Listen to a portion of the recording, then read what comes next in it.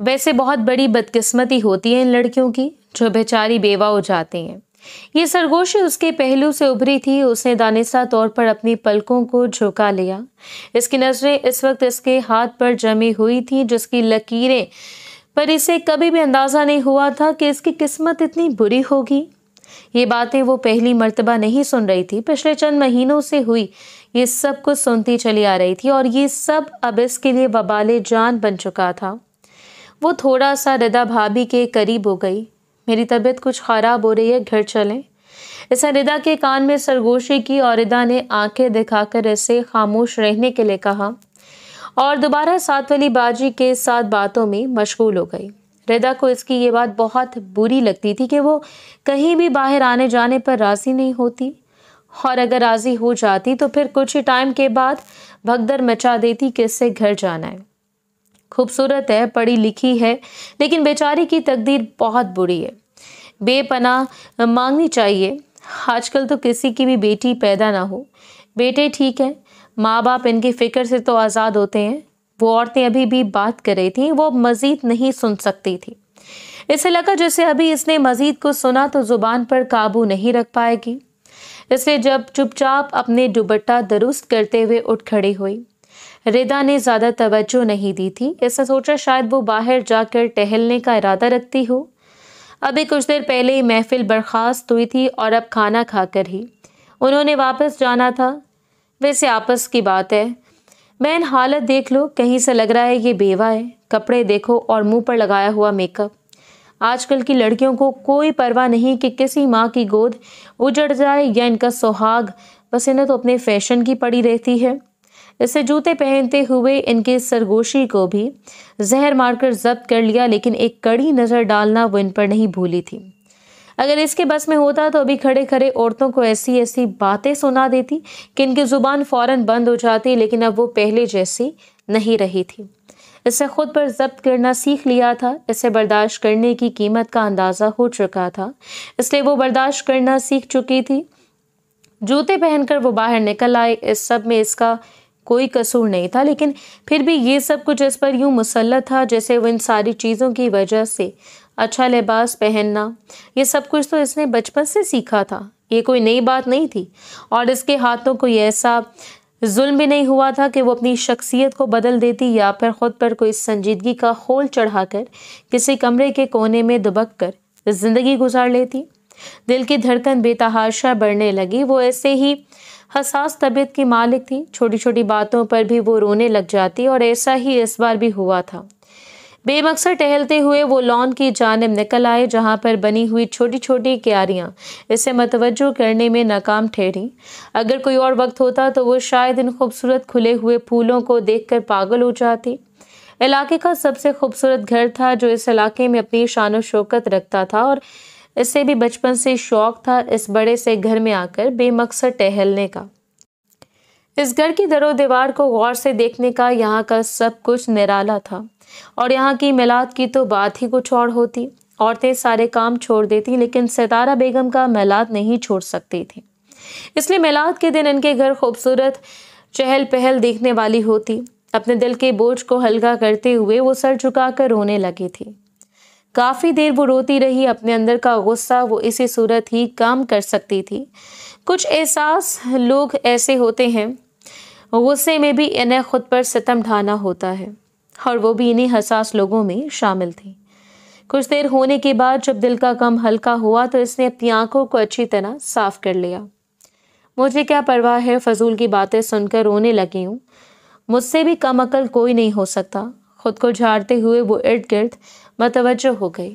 کھانا کھانے کو دل نہیں چاہ رہا تھا۔ اس نے چھوٹے سے پھول کو اپنی ہتھیلی پر سجا لیا۔ کس قدر خوبصورت تھا یہ! وہ اس کی نزاکت کو دیکھ کر مسکرا دی۔ اس کا مزاج بچپن سے ایسا تھا، تکلیف دہ باتوں کے بعد وہ رو رو کر خود کو ہلکان کر لیتی اور پھر اپنی ذات کی خوبصورتیوں میں مشغول ہو جاتی۔ اسے لگ رہا تھا یہاں وہ اکیلی ہے، لیکن کوئی نہیں جانتا تھا کہ اس وقت وہ دو نگاہوں کے لیے مرکزی نگاہ بنی ہوئی ہے۔ دو نگاہیں ایسی ہیں جو اس پر جمتے ہوئے سب کچھ فراموش کر چکی ہیں، اور دور کھڑے جہاں آصف خان کی نظریں اس پر ٹکی ہوئی تھیں۔ وہ جو موبائل لے کر ایک ضروری کال کے سلسلے میں باہر آیا تھا، دور ٹہلتی ہوئی اس لڑکی کو دیکھا اور پھر اس پر نظر جم سی گئی۔ دور سے دیکھنے پر اسے اندازہ ہو گیا تھا کہ وہ رو رہی ہے۔ نہ جانے کیوں اسے اس کا حسن سوگوار سا لگا تو وہ فاصلہ مٹاتے ہوئے اس کے کچھ مزید قریب آ گیا، لیکن ابھی بھی وہ اس کی ذات سے بے خبر تھی، اپنی ذات میں مشغول، اور اب وہ اس کے معصوم سے چہرے کو مسکراتے ہوئے دیکھ رہا تھا۔ اس نے پل بھر میں بدلتے ہوئے مناظر دیکھے، پہلے اس کے عارض پر گرتی ہوئی شبنم اور اب اس کے لبوں پر بکھرتی ہوئی مسکراہٹ۔ دونوں ہی نظارے اس قدر نرالے تھے کہ اتنا قریب سے اس کے وہ قدم بڑھاتے ہوئے اس کے قریب آ گیا۔ چہرہ واسع تھا، جہاں سیب خان کی خوشبو دور سے اس کے قریب لوگوں کو متوجہ کر لیتی، اور اس وقت وہ اس لڑکی کے اس قدر قریب کھڑا تھا کہ تیز خوشبو کے جھونکے پر اس نے سر اٹھا کر دیکھا۔ وہ چند قدموں کے فاصلے پر کھڑا، سینے پہ بازو باندھے اسے دیکھ رہا تھا۔ نہ جانے کیوں اس کا معصوم سے چہرے کو دیکھتے ہوئے اس کے دل میں ہلچل مچی۔ اسے چہرے پر مسکراہٹ سجا کر اسے نظروں سے گھورا، اور وہ جو پھول کو بہت باریک بینی سے دیکھ رہی تھی، اس شخص کو اپنی جانب متوجہ دیکھ کر پل بھر میں کھڑی ہو گئی۔ ارد گرد دیکھتے ہوئے بے اختیار 2 قدم پیچھے ہٹی تھی۔ یہاں کیا کر رہی ہیں آپ، اور کس کی اجازت سے آپ پھول توڑ رہی ہیں؟ نہ جانے کیوں دل مچلا تھا کہ اسے تھوڑا تنگ کیا جائے، اسے تھوڑا خوفزدہ کر کے اس کے حسن کے اس نظارے کو بھی دیکھ لیا جائے، اور حقیقت میں اس کی بڑی بڑی آنکھیں خوف کے باعث کچھ زیادہ کھل گئیں۔ اسے لگا تھا شاید یہ ستارہ بیگم کا کوئی بیٹا ہے۔ اسے اندازہ نہیں تھا کہ وہ بھی وہاں پر مہمان کی حیثیت سے موجود ہے۔ نہیں، میں پھول توڑنے نہیں آئی تھی، میں تو بس دیکھ رہی تھی اور یہ خود بخود ٹوٹ گیا۔ اس نے جھکتے ہوئے وہ ننھا سا پھول ایک بار پھر اٹھا کر ہاتھ میں مسل دیا۔ ایک غلطی پھول توڑا، اور دوسری غلطی کہ آپ نے اسے اس طرح مسل دیا۔ آپ جانتی ہیں کہ آپ کو اس پر سزا ہو سکتی ہے۔ وہ انتہائی سنجیدگی سے بات کر رہا تھا، اتنی سنجیدگی کے ساتھ کہ وہ جو کچھ دیر پہلے رونا بھولی تھی، ایک بار پھر اس کی آنکھوں میں نمی ہلکوڑے لینے لگی۔